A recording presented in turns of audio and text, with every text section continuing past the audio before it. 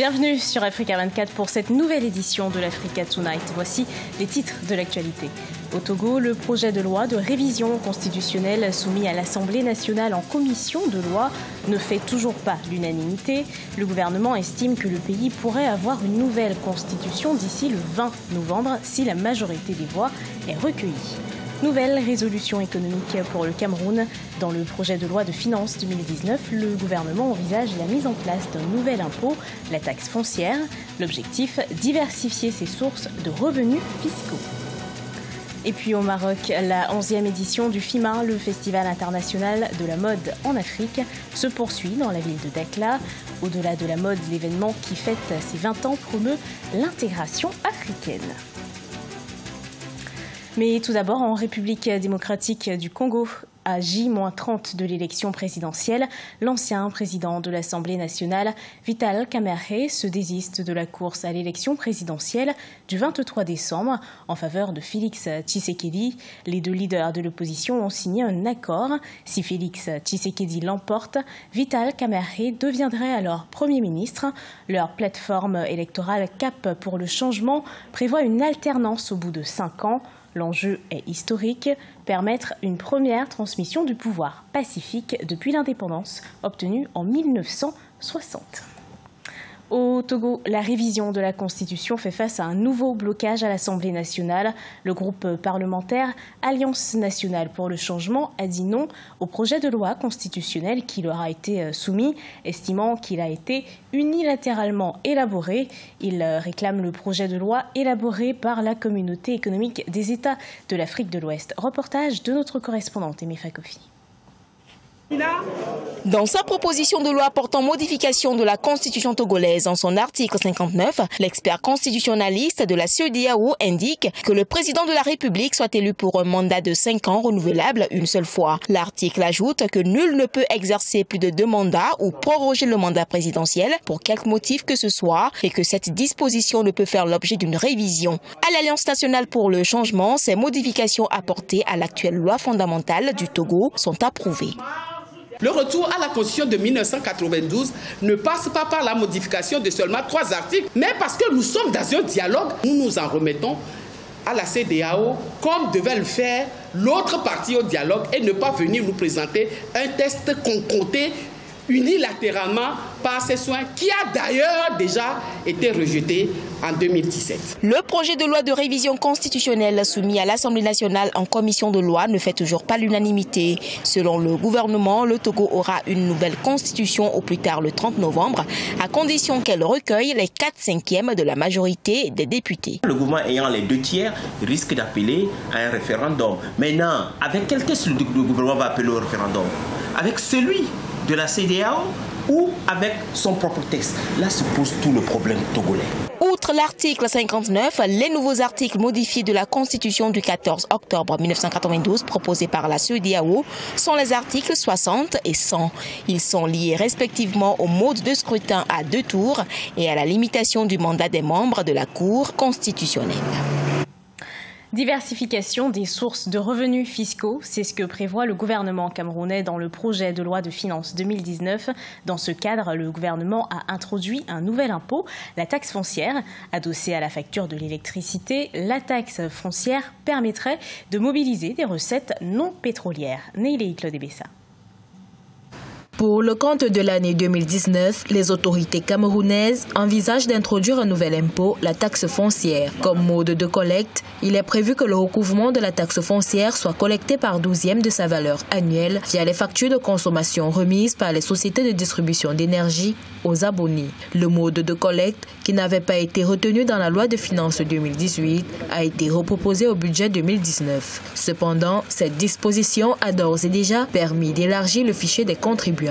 La taxe foncière est une taxe à valeur économique certaine. Si l'opérationnalisation est bien réussie en termes d'audit de la propriété foncière au Cameroun, la taxe foncière se justifie parfaitement comme un levier pour aider l'État à faire face à ses engagements. Une fois collectée, la répartition des recettes relatives à la taxe foncière sera attribuée à 50% au trésor public et à 50% aux communes au prorata de la collecte dans chaque commune. Une répartition qui exclut les communes des zones rurales et non électrifiées de la redistribution de la taxe foncière. Tout individu propriétaire d'un immeuble doit s'acquitter de cette taxe. L'utilité de la taxe foncière au Cameroun se justifie d'abord par le processus de décentralisation en cours. Il est nécessaire de mettre sur pied des mécanismes de financement des communes qui leur permettront de fonctionner de manière autonome. Pour l'heure, les discussions liées à l'introduction de la taxe foncière en 2019 au Cameroun se poursuivent à l'Assemblée nationale. En Côte d'Ivoire, l'ensemble des acteurs de l'écosystème financier ont répondu présent à la 3e édition du forum La Finance s'engage. Il a eu lieu ce 22 novembre à Abidjan avec pour thème le financement des PME, passer de la volonté à l'impact. Reportage de notre correspondant Oliva Djakotan. En Côte d'Ivoire, les crédits bancaires au profit des entreprises sont passés de 4 599 milliards de francs CFA en 2015 à 6 180 milliards de francs CFA en 2017, soit une hausse de 1 581 milliards en 2 ans. Une annonce faite par le ministre ivoirien du Commerce, de l'Industrie et de la Promotion des petites et moyennes entreprises à Abidjan lors de la 3e édition du forum La Finance s'engage. Les lignes ont depuis bougé avec des résultats qui parlent d'eux-mêmes. Le secteur financier qui s'était engagé à mettre à la disposition des PME 1276 milliards de francs CFA de ressources a, selon les organisateurs, globalement tenu ses engagements avec un taux de réalisation de 101%. Atidjari Wafa Bank, présente en Côte d'Ivoire par le biais de la société ivoirienne de banque CIB, est l'un des leaders du financement des petites et moyennes entreprises dans le pays. Ce sont près de 400 milliards de francs CFA mobilisés pour 1500 entreprises de 2015 à 2018. Et je crois que le plus important pour nos pays, c'est d'échanger entre nos échecs et nos succès, de telle sorte à optimiser nos capacités d'intervention auprès des TPE. C'est comme ça qu'entre 2010 et aujourd'hui, nous avons multiplié par 72 fois les encours du crédit accordé aux TPM. En rappel, La Finance s'engage est un forum annuel instauré en 2015 en Côte d'Ivoire. Il se veut une plateforme où les acteurs du financement classique, alternatif privé et étatique s'engagent publiquement sur des programmes et des montants à fort impact sur le financement du secteur privé et en particulier des petites et moyennes entreprises. Le plus jeune pays au monde, le Soudan du Sud, veut stimuler sa croissance économique. Un défi au cœur de la conférence Oil and Power qui s'est déroulée du 20 au 22 novembre dans le pays. Principal objectif de cette conférence, attirer des investisseurs privés dans le secteur pétrolier. Corinne Kamse. Les 20 et 22 novembre, le Soudan du Sud a tenu une conférence dénommée Oil and Power. L'objectif de cette conférence, stimuler les investissements privés dans le secteur pétrolier pour relancer la production. En effet, le Soudan du Sud dispose d'une importante réserve en pétrole estimée à 3,5 milliards de barils et classée 3e en Afrique subsaharienne. Cependant, 5 années de conflit ont plombé la production. De 400 000 barils produits par jour en 2011, le pays est désormais à 135 000 barils par jour, avec des pertes estimées à 4 milliards de dollars. Le Soudan du Sud est déterminé à développer ses activités pétrolières et gazières pour renforcer l'économie et poursuivre sa diversification économique grâce à de nouveaux projets d'infrastructure et d'énergie.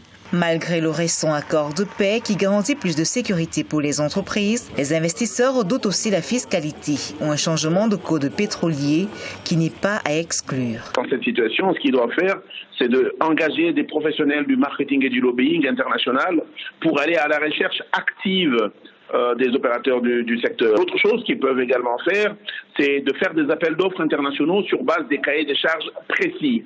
Mais ces cahiers des charges doivent être suffisamment attractifs.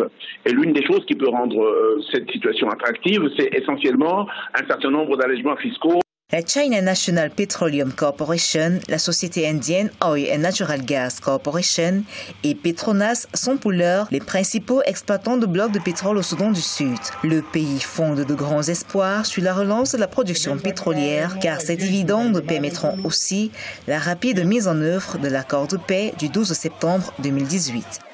La mode africaine rayonne avec le Festival international de la mode en Afrique. La 11e édition se poursuit à Darla au Maroc. Entre défilés, shows, l'événement est également le lieu d'échange entre les professionnels de la mode qui souhaitent fédérer leurs actions. C'était d'ailleurs l'objet d'une conférence à laquelle a assisté notre envoyé spécial Hortense Assaga.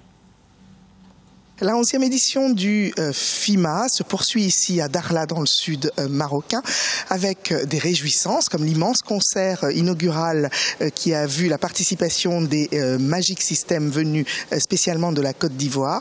Mais le FIMA, c'est également des conférences comme celle ayant eu lieu récemment avec pour thème fédérer les acteurs de la mode africaine. Une conférence riche en enseignements où des professionnels de la mode en Afrique ont pu échanger autour de la nécessité de se mettre ensemble pour exister, pour distribuer, pour produire. Sont quelques-uns des enseignements qui sont ressortis de ce panel très riche.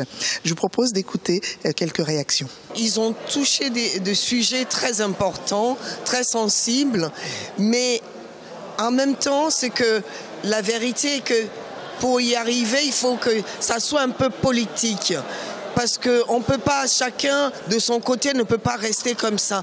Plus l'union fait la force, plus on va se rassembler, plus ça va... Il faut quelqu'un derrière. Pourquoi je dis politiquement? Il faut quelqu'un de fort derrière, qu'il y ait une autorité au-delà derrière, pour pouvoir que tout se marche. J'ai retenu qu'il faut s'organiser en fédération. Donc on sait déjà que les régions comme l'Afrique de l'Est, l'Afrique de l'Ouest, l'Afrique du Sud sont bien organisées. Donc il nous reste à nous, l'Afrique centrale aussi, de nous joindre à ce mouvement-là. Et on a également parlé des vecteurs de distribution, donc de la commercialisation de nos produits.